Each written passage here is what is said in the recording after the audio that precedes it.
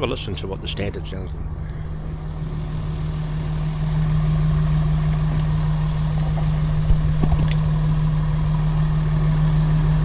Let's give it a bit of a rev.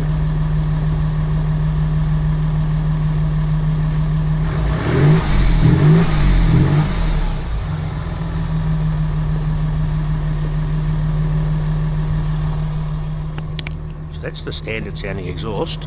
Just pick up my coffee. Let's have a look. Well, I picked up the car from the exhaust people. Now, I don't know, it's starting to rain, which pisses me off, but anyway, I'll put the camera back under the car and have a listen to the difference between what it was original and what it is now. Yeah, let's see what you think. Let's have a go. Ignore the weather.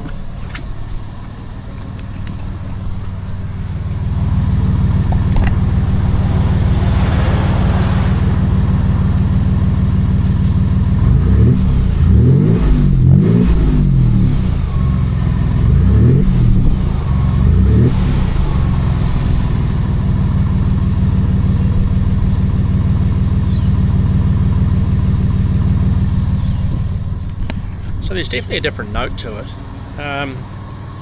Power wise, I don't know. I'll have to work that out as we go along. But as it stands, it sounds good. So I'll run with it and see how we go. Hello. So I've gone and bought my exhaust, 3.5 inch stainless steel from a local supplier. And it is not what I expected. Yeah, to say that I'm a little pissed is less than what I'd be wanting to say. I won't name them because there's just no point going down that path, but I paid them the money and really didn't get what I was expecting. So I got myself what appears to be a mild steel exhaust with tabs cut out of it everywhere. The join is just literally cut and join, sleeved over the top and welded around. There's no proper connections. I just don't understand it. I'll put some photos in right here.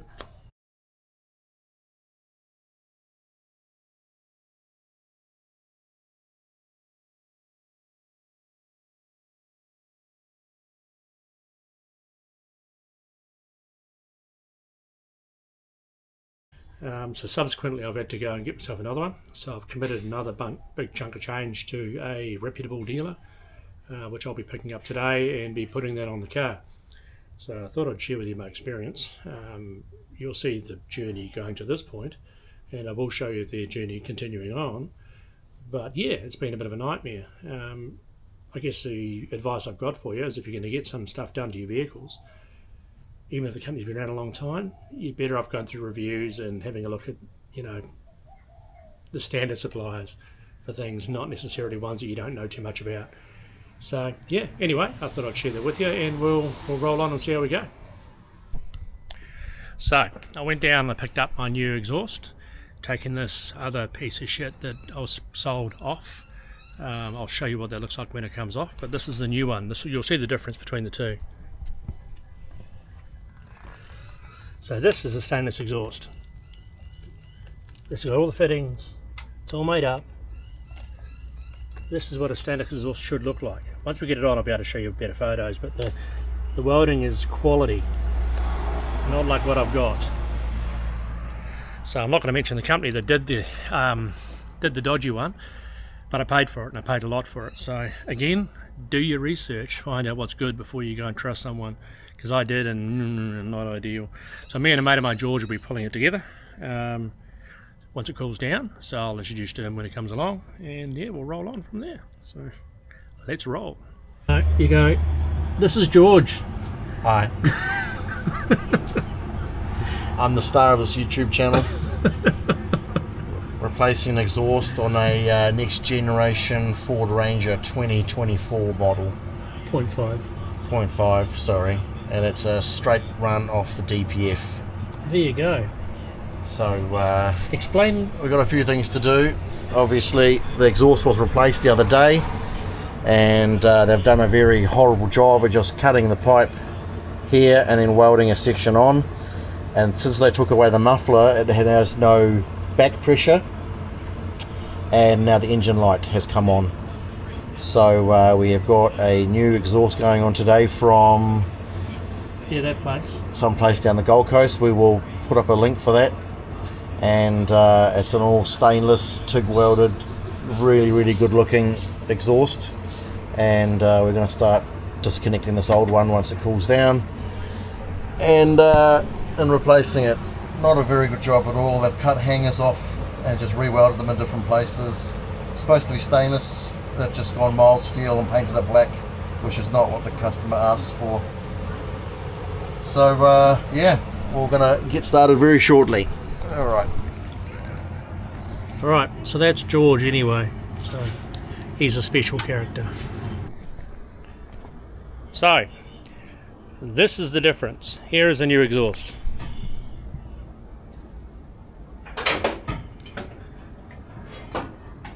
It's all quality welds, stainless, nice joiners, and this is an important part. This is a backflow. I mean, what do they call it? Back pressure yeah, valve. that up, all right. So when it goes in, it pushes that air, gets pushed in, or somehow, and that there creates backflow or back pressure to make the sensor not go off. At the moment, the other exhaust has actually made my sensor go off, so I've got an engine light in the cab, which is not ideal. So yeah, let's have a look at what the other one looks like. Just a second. So here is the difference. This one here, my so-called stainless one I paid for yesterday, you can see here, this is the back pressure valve. That's all I can call it. I don't know what it's called, but it's a back pressure sensor, and inside there is nothing. So it just goes to an open hole, which means that it's not actually going to do anything. There's going to be no back pressure coming in, which is going to set off the sensor, which means we're going to have a failure in the system. This is the one we bought today, and you can see here the same tube, and there it is. It feeds backwards towards where the exhaust is coming onto it, creating back pressure, meaning the sensor is reading correctly, and it's not going to go off like it is in the car. So that is very wrong, and that is very right. So that's where we need to go. So happy days. So we're going to install this on, and yeah, take this really awesome looking job off. So let's roll on. So as we go through, you can just see the whole lot. This one here is made by CRG Fabrications, or crgfab.com.au. So quality, awesome looking product. This was made by a no-name company we're not going to mention because I don't want to create any grief for anyone, because you just no point. But that's what $1,000 buys you in a local shop, which is not ideal. So happy days. Roll on the new one. See how we go, eh? Actually, this one here is supposed to give 10% horsepower as well. Sorry, 10 horsepower, not 10%. So 10 more horsepower just through the free flow of the exhaust. So looking forward to see if that works. So as part of this purchase, I was told that this pipe was stainless. So I just want to show you something here. Look at this. Stainless. Magnet, nothing. This is supposedly stainless. You tell me. Do you think that's stainless? I would say not. Happy to be corrected. Injury. We've got an injury. Show us your injury, George. It's fucking horrendous. Oh no. Excuse the language. Oh no. It's from inferior grinding on the old exhaust. Well, new old exhaust that we've just taken off. They've cut off bracket and have done nothing with it, pretty much. Just sprayed it black and hope for the best. So now the old exhaust is off. We've got the join to the back of the, what do they call that? The DPF flange. Yeah, the DPF flange. So we're going to attach to that with our existing, what the fuck is that called? Gasket. With the existing gasket, because you can't buy them, you have to use the existing. So don't destroy them if you take them off. And we're going to feed it all the way back down there. So happy days. So let's get started. I'm just going to record while we're just looking around. Stand on. So we're just, are you recording? Yeah, recording. Yeah, we're just putting this triangular gasket back on. I refer to it as the Wangler gasket because it looks like a rotary engine. And we're gonna. Where's our bolts? These ones? Yep, the big long ones. These ones? No, they're long. Where are they? Big long ones right there. Okay, sweet. We'll just go through the first one. Get that loosely mounted. think this was it from CRG Fabrication. CRG, yep. This new exhaust, Robs. Oops, we crashed. This new exhaust from CRG Fabrication down in Helensvale, no, Southport, sorry, in the Gold Coast. So good, it's so clean. The welds are beautiful, TIG welded. All the clamps go together nicely. I don't know if that's any good there. Everything, it fits like a glove at the moment. On the drive back from the Gold Coast, the engine light came on, and that is due to the no back pressure. And the guy down there, I can't remember his name, he actually said he was quite surprised that we didn't have a engine light come on, and then as soon as we pulled out of his drive, the engine light came on. Yeah, he's a very knowledgeable dude. Very, very knowledgeable, very helpful as well.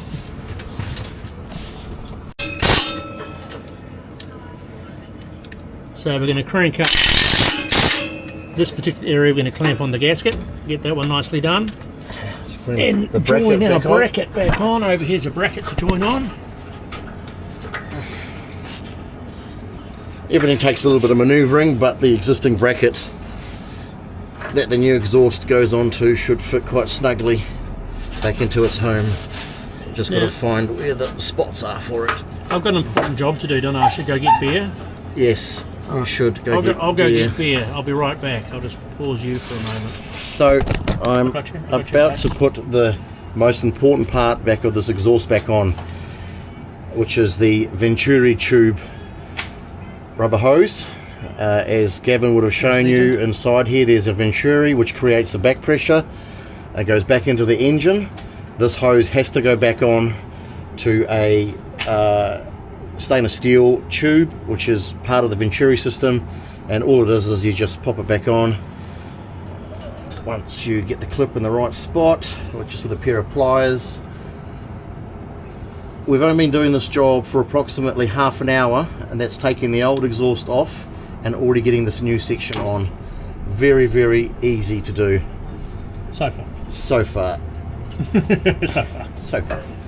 I'll open your beer for you because I am your bitch. Oh yes. So we're moving down to the middle bit now, which is a little bit more interesting. So let's have a gaze. Bring the torch down here, bro. Yep, I'll set up our trusty camera. I need the camera down here. I was about to show you something. Okay, let's go down. Put the camera down there, and I'm going to tilt this up like that so they can see where you're looking. So, if you look at these flanges, this one has a raised lip on it, and this is the piece that comes off the DPF, and then the next section, which goes over the diff, has a recess in the flange. So that's your seal as it goes together like so. Look at that. Look how clean that is. It's just an absolute perfect fit. So I'm going to stick this piece on now, and I'm just going to loosely put the clamp on it. I don't know if that's going to be in the right spot. Yeah, that's good, yep. Can I have that clamp, please? We can have that clamp. Here it is, young sir. Thank Do you want me to you. make it so it's undone again? Yes, please. I'm just going to loosely fit this clamp just so we can adjust it to turn it once we get the next section. Even the clamps are quality. Yeah, look at this quality. I refer to these, I'm a plumber by trade, I refer to these as fire main clamps, where they put a ridge on each end of the main, and you put these clamps on to hold everything in place a lot better. So Gavin was going to try and come over and here. give a hand. Remember, when you're putting this nut on, the tapered part goes forward. Alright, George the plumber told me so it must be true. So there's a little tapered piece on this nut, and that goes into this part here, which forces that open and tightens everything up. But look at the quality workmanship, this TIG welding, absolute spot on. The way this clamp fits. My advice would be to have the clamp nut at the top so it doesn't get caught when you're forward driving on any brush or mud or anything like that. So, and it's very easy to do. It looks like about a 13mm socket, which we will do up a little bit later on. We're just leaving it loose for the moment so we can just keep turning this as we need to. Alright, next section please, sir. Okay. Alright, so we've hung the back piece. The back piece is being hung over there. This light is a bit awkward, sorry about that. George is now undoing the clamp so that we can hit himself in the head with it, which is good. It's about to attack me. Health and safety 101. Don't get hit in the head with pipe.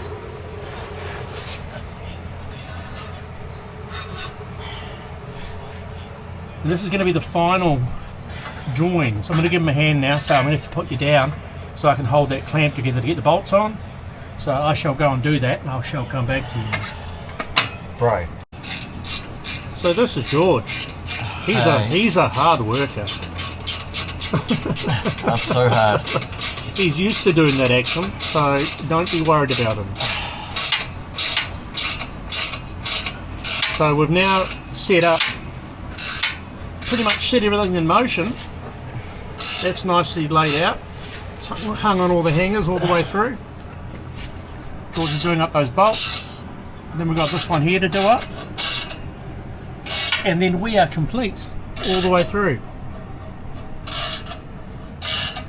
So this thing here is quality 101. Like, it is bloody good. The bends, the process, how it all goes together. Such an easy process for George. Quality clamps. Yep, quality clamps. No shit, you know, no gaskets. It's all just seals together nicely. I'm super impressed. And soon we'll have the sound check, so we'll come back for that. Under thing and start her up. It's on now. Alright, so George, Hello. me, well mainly George, has installed this exhaust for me because I'm fat and lazy and don't like lying under the car, and he's obviously nimble. We're going to start it up for you, and you can have a bit of a listen to the exhaust. So before I do though, I don't want to keep going on about bad juju, but this is the old one. This is the state of it. So to me it looks like they've bought a exhaust kit for maybe like a 2-litre bi-turbo and altered it to try and fit the V6. What they've done is they have literally just cut off brackets. Look how bad that. I've already cut myself on that one today. I'm bleeding. He's bleeding out. Lawsuit coming. And they've just welded probably that existing bracket off wherever they've cut that off to make it work. That's just poor quality workmanship there. You know, another one up the front there. That's it. This was the rest of the tailpipe. They just cut it off. There's no paint or anything there, Yeah. and this is mild steel, so that's going to rust out. They haven't real even painted the welds here properly. Yeah, that shit. And the Obviously, piece of resistance. The first section, you can tell there's no. They've got the tube in there, but they don't have anything creating back pressure to go back into the hose. Yeah. The other one had the pipe coming through, continued through and fed backwards. Yeah. So you're getting gas pressure forcing down. So yeah. So we'll start this one up now and listen to the difference. I'll park this down here for you, and you can have a listen to this.